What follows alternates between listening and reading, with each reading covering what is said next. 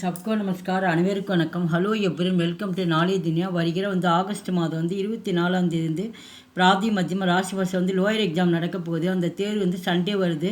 இது Prathmik first level எழுதக்கூடியவங்களுக்கு இது morning ஒரு பேப்பர் தான் பிராத்மிக் நடக்குது. அது இந்த நாங்கள் ஏற்கனவே எங்கள் மாடல் கொஸ்டின் ஃபுல்லாக ஆன்சரோடு நாங்கள் அப்லோட் பண்ணியிருக்கோம். இப்போ இருந்தாலும் இது லாஸ்ட் மினிட்ஸ் ப்ரிப்பரேஷன் சொல்லிட்டு வீடியோஸ் நாங்கள் போடுறோம். இந்த பிராத்மிகில் 3 பார்ட்டாக நாங்கள் பார்ட் 1, பார்ட் 2, பார்ட் 3ன்னு சொல்லி போகிறோம். இந்த 3 பார்ட்டையும் நீங்கள் ஃபுல்லாக ஸ்கிப் பண்ணாமல் ஃபுல்லாக நீங்கள் படிச்சுட்டு இது வரைக்கும் ஏற்கனவே படிச்சிருந்தாலும் ரொம்ப யூஸ்ஃபுல்லாக இருக்கும். இனிமேட்டு இல்லை படிக்கலாம், இனிமேட்டு தான் நான் ரிவிஷன் பண்ணணும், பாஸ் பண்ணணும் அப்படின்னு நினைக்கிறவங்களுக்கு இது ரொம்ப யூஸ்ஃபுல்லாக இருக்கும். இந்த 3 பார்ட்டு நீங்கள் கண்டிப்பாக படிச்சிங்க. இதிலேருந்து கண்டிப்பாக உங்களுக்கு 80 மார்க் கேரண்டியாக நீங்கள் எடுக்கலாம். இந்த ஹிந்தியில் important questions model question paper August 2025. இங்கே மேலே எக்ஸாம் ரோல் நம்பர் இருக்குது. உங்களுக்கு ஹால் டிக்கெட்டில் நம்பர்ஸ் கொடுத்துருப்பாங்க. அந்த நம்பரை நீங்கள் அதிலே இந்த உங்கள் எக்ஸாம் நம்பர் என்னவோ அதை இந்த பாக்ஸ் நீங்கள் ஃபில் பண்ணணும். நேம்ன்ற இடத்துல இந்த இடத்துல நீங்கள் இப்போ தான் நீங்கள் ஃபஸ்ட் லெவல் எக்ஸாம் அட்டன் பண்ணுறதுனால நீங்கள் ஆங்கிலத்தினால நேம் எழுதலாம், தமிழில் கூட நேம் எழுதிக்கலாம். அந்த உங்களுக்கு டைம் மார்னிங் 2.5 மணி நேரம் உங்களுக்கு நடக்கும். 10 to 12 வரைக்கும் உங்களுக்கு தேர்வு நடக்கும். டேட் அப்படிங்கும்போது அன்றைக்கி தேதி 24ஆம் தேதி இந்த மந்தில் நடக்குது.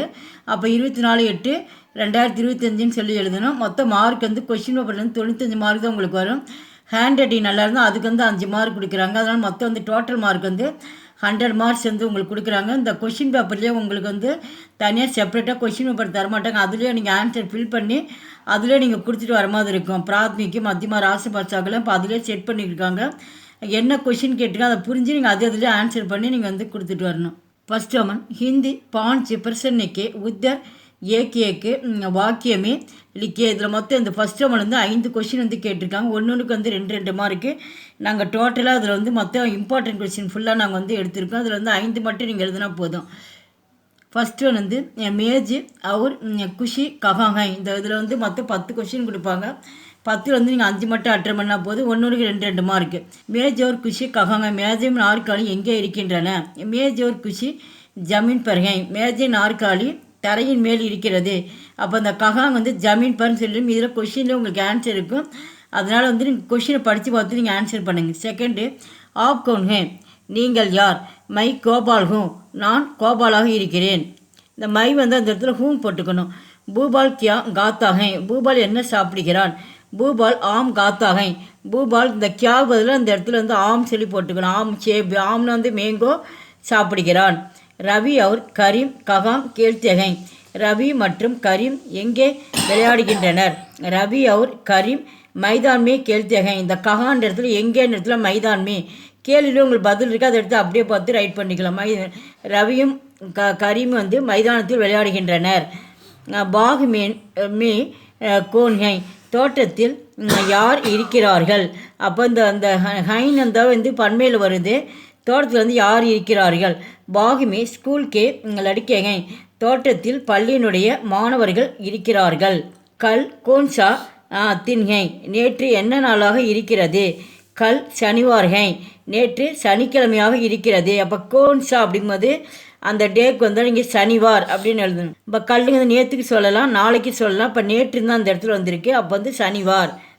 ஆப்கே கர்கே பீச்சே கியா ஹை, அவன் வீட்டின் பின்னால் என்ன இருக்கிறது? ஆப்கே. அப்போ ஹமாரே, இந்த ஆப்கே போல ஹமாரேன்னு எழுதிடணும். ஹமாரே கர்கே பீச்சே ஏக்கு சுந்தர் பகிசாக, எங்கள் வீட்டுக்கு பின்னால் அழகான தோட்டம் இருக்கிறது. சுந்தர்னு அழகான, பகிசான தோட்டம்னு அர்த்தம். எங்கள் வீட்டுக்கு பின்னால் அழகான தோட்டம் இருக்கிறது. 8th one ராம் கைசே லடுக்காகை, ராம் எப்படிப்பட்ட சிறுவனாக இருக்கிறான்? ராம் அச்சா லடுக்காக. இந்த கைசா அப்படிங்கும்போது எப்படிப்பட்ட அர்த்தம். ராம் நல்ல சிறுவனாக இருக்கிறான். அப்போ அச்சா. தும் ககாம் ரகத்தேகோ, நீ எங்கே வசிக்கிறாய்? மை நெஹ்ரு நகர் மே ரகத்தாகும், நான் நெஹ்ரு நகர் அப்படின்னா நேரு நகரில் வசிக்கிறேன்.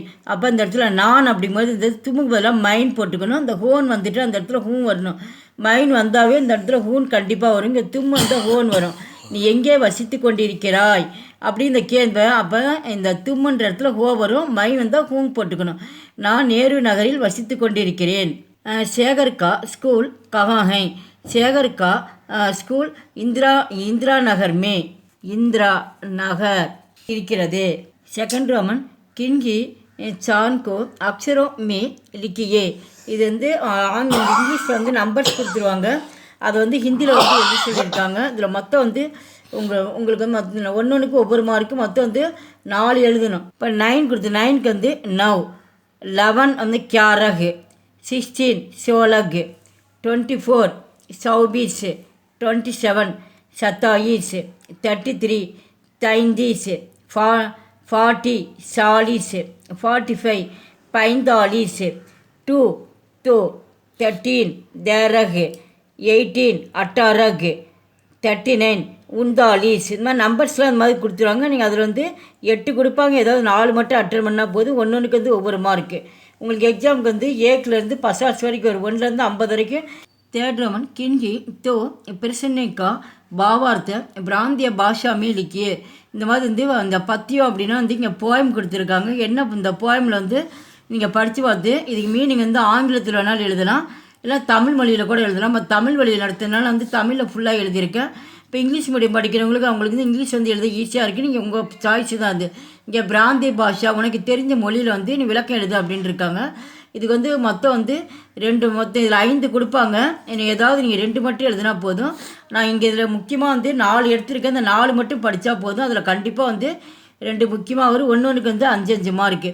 हिंदी किसी की हम किसी से भूल कर बीन करें, इसिया कभी भी हम किसी में भूल कर भी ना करें. हे प्रभु ஆனந்த தாதா ஞான் ஹம்கோ தீஜியே. இந்த மாதிரி போயம் கொடுத்துருக்காங்க. இந்த போயம் வந்து எந்த பாடத்துலேருந்து வந்திருக்குன்னு, இதை யார் இயற்றிறான்றது அதை நம்ம எழுதணும். அதுக்கு வந்து இடம் போடுங்க. பாடல் வரிகள் திரு ராம் நரேஷ் திரிபாட்டியின் வந்தனா என்ற பாடலிலிருந்து இது தரப்பட்டுள்ளன. இந்த போயம் வந்து எதில் வந்திருக்குன்னா வந்தனான் இருக்குது. இது இந்தியில் தான் இந்த போயமோட தலைப்பு வந்து நம்ம எழுதணும். வந்தனா என்ற பாடலிருந்து வரப்பட்டுள்ளது. இது ஒரு பிரார்த்தனை பாடல். இது வந்து ப்ரே பண்ணுற மாதிரி இருக்குது. இதுக்கு வந்து பொருள் நம்ம எழுதணும். பாடலாசிரியர் இறைவனே, நாங்கள் மறந்து யாரையும் தூற்றக்கூடாது, யாரிடமும் ஒருபொழுதும் பொறாமை கொள்ளக்கூடாது. இறைவா, எங்களுக்கு ஞானத்தை அளிக்க வேண்டும் என்று இறைவனிடம் வேண்டுகிறார். இதுக்கு இந்த மாதிரி எழுதினாதான் உங்களுக்கு வந்து 5 மார்க் கிடைக்கும். செகண்ட் ஒன் பல்வான் பனு தும் பாரத் மான்கி பாத் பனு தும் வீர் பனு பல்வான் பனு தும் பலசாலி ஹனுமான் பனு.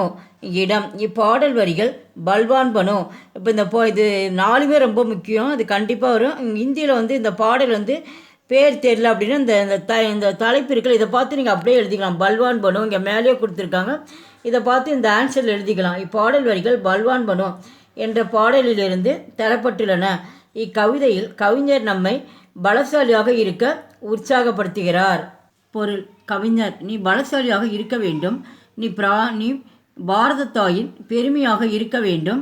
நீ வீரனாகவும் பலவானவாகவும் ஆக வேண்டும். நீ பலசாலியான ஹனுமானை போல் ஆக வேண்டும் என்று கவிஞர் கூறுகிறார். தேர்ட் ஒன் மாங் பாப். மாங்னா அம்மா, பாப்புன்னு அப்பா. மாங் பாப் பாயி பகன். பாயின்னு வந்து சகோதரன், பகன் வந்து சகோதரி. மாங் பாபு பாயி பகன் ஷங் அங்கு பேட்டே ஹங்ஸ்னா ரோனா சீக்கா கேல்னா போல்னா சீக்கா. இப்பாடல் வரிகள் கர் அப்பனானா எங்கள் வீடு. கர்னா வீடு, அப்புனானா என்னுடைய வீடு.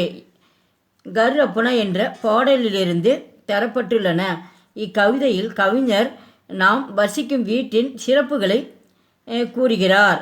இடம் எழுதிட்டு இது பொருள் எழுதணும். பொருள்: இக்கவிதையில் நாம் நமது வீட்டில் தாய் தந்தை மற்றும் சகோதர சகோதரிகளுடன் கூடி வாழ்ந்து வளர்ந்து பெரியவர்கள் ஆனோம்.